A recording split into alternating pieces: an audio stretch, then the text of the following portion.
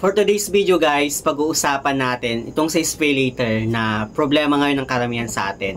Lalo na yung mga meron pang available na credit limit sa kanya, kung saan nga hindi na nga makapag-convert ng SpayLater into cash. Well, meron pa rin naman daw nakakapag-convert ng SpayLater into cash using Maya Business. Yun nga lang, minimal lang daw yung pwede lang ma-convert, like 2.5 or 3.5 lang daw yung pwede. Pero this time, nako-convert ko na yung SpayLater ko into cash. Yun nga lang, hindi siya for everyone. Ito alternative way lang siya, lalo na sa makagaya kong business owner na meron pang available na credit limit kay SpayLater. So sa mga kagaya kong business owner dyan na meron pang available na credit limit kay SpayLater, pwedeng-pwede sa inyo itong topic natin ngayon. Kaya naman kung interesado ka, keep on watching.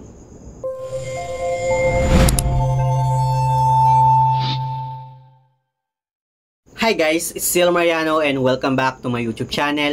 At kung hindi ka pa nakapag-subscribe sa aking channel, please subscribe dahil palagi ako nag-share ng mga experience ko at mga reviews about nga sa mga OLA or online lending platform dito sa ating channel.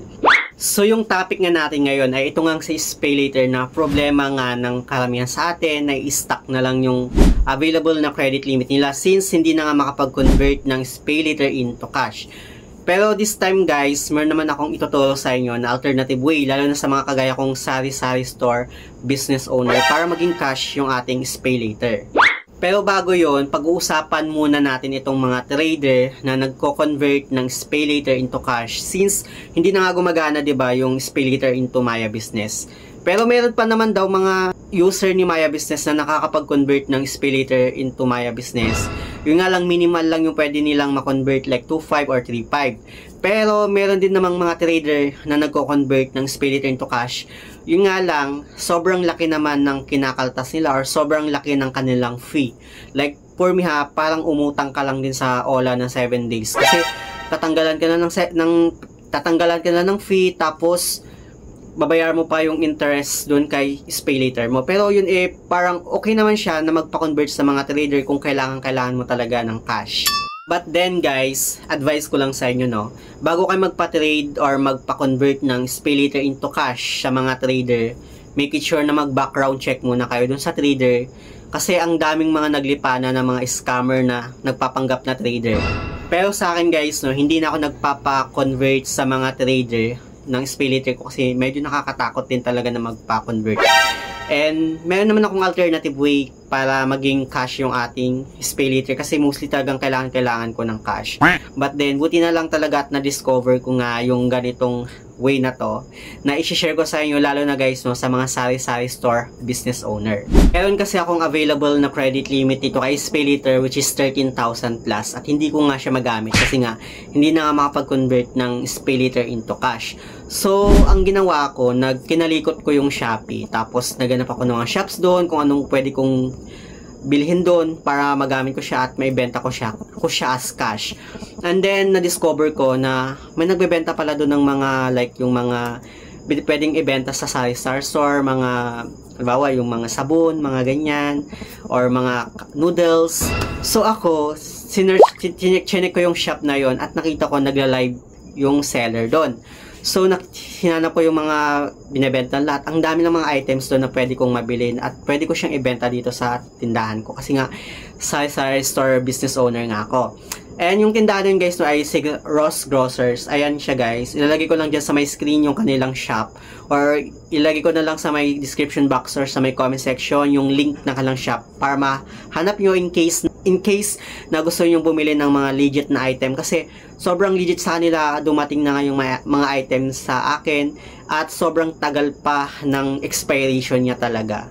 Actually, marami namang mga legit na shop kay Shopee na nagbebenta ng mga grocery items. Mag-background check lang kayo, check nyo lang yung mga items, check nyo lang yung mga reviews, kung maganda ba yung mga feedback niya. So, bago kayo mag-order, mag-background check muna kayo, no? So, yung ginawa ko, nag-order ako ng grocery items doon sa shop na to. So, nung dumating siya guys, na ibebenta ko na siya dito sa sari-sari store ko at yun, nagiging cash na siya. And dito nga guys, no, i-share ko sa inyo yung screen record ng mga grocery items na binili ko kay Shopee using my SpayLater. So dito, yung Rebisco anniversary bundle, yan dalawa in order ko dyan. kagaya ng mga Hansel, Combi, Fruities, mga yan. Tapos, mga pansit canton sa baba niya, Louis Donuts, Pudgy Bar, mga sabon na Safeguard, Silka, Bioderm, tapos yung mga kape, like gatas, Milo, shampoo, wings. Actually, marami pa akong in-order doon na hanggang hindi pa dumadating. At ito naman yung mga kape guys no, na in-order ko. Lalagay ko lang dyan sa my screen yung mga kape na in-order ko. And marami siya guys no. So naubos ko yung almost 13,000 plus na available na credit limit sa akin ni SpayLater. Baka may magsabi dyan na baka naman mas mahal yung shipping fee na binabayad mo kasi mga grocery items yung binili mo. Actually guys no, based on my experience, nung nag-check out ako sa mga items, actually magkakaiba sila. And nililimit ko lang talaga siya like hanggang 1,200 plus lang. Tapos doon sa 1,200 plus na grocery items na binili ko gamit si SpayLater, nakaka-discount ako doon ng mostly 400 to 600 na voucher.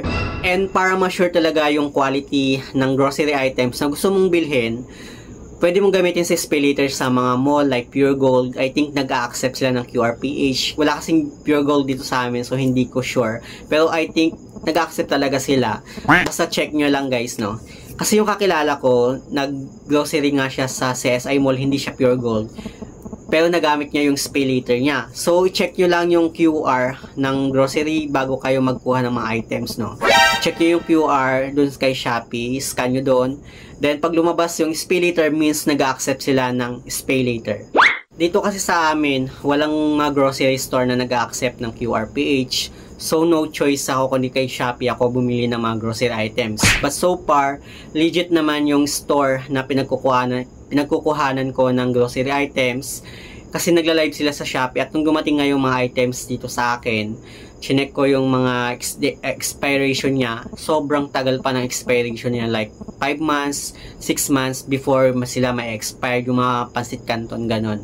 Actually, meron pa akong mga alternative way paano natin mako-convert yung SpayLater natin into cash. Yun nga lang, hindi ko na siya maisisingit dito sa ating topic ngayon. Kasi ginawan ko na siya ng video. Ito siya guys, ayan, yung hitsura niya or yung vlog ko about sa kanya. Or ilalagay ko lang dyan sa may description box or sa may comment section yung link. If ever na gusto nyo siyang panoorin, madidiretso na kayo doon sa video. So, yun lang naman yung gusto kong i-share dito sa ating topic ngayon. Sana dumating ulit yung time guys, no, na sana pwede na ulit ma-convert yung SpayLater into cash. Kasi mostly, di ba, mas prefer natin yung cash kesa sa mga item ni Shopee. Although, meron namang S-loan si Shopee, pero hindi naman lahat na-o-offera ng S-loan. Yung iba, mostly SpayLater lang talaga yung na-o-offer sana kagaya sa akin. Pero mabuti naman at nagagamit ko pa rin si SpayLater sa business ko. But anyway, sa mga hindi pa pala nakapag-subscribe sa aking YouTube channel, please don't forget to like, share, subscribe, click the notification bell para lagi kang updated sa aming susunod na video. Thank you guys, thank you for watching, and see you on my next video. Bye!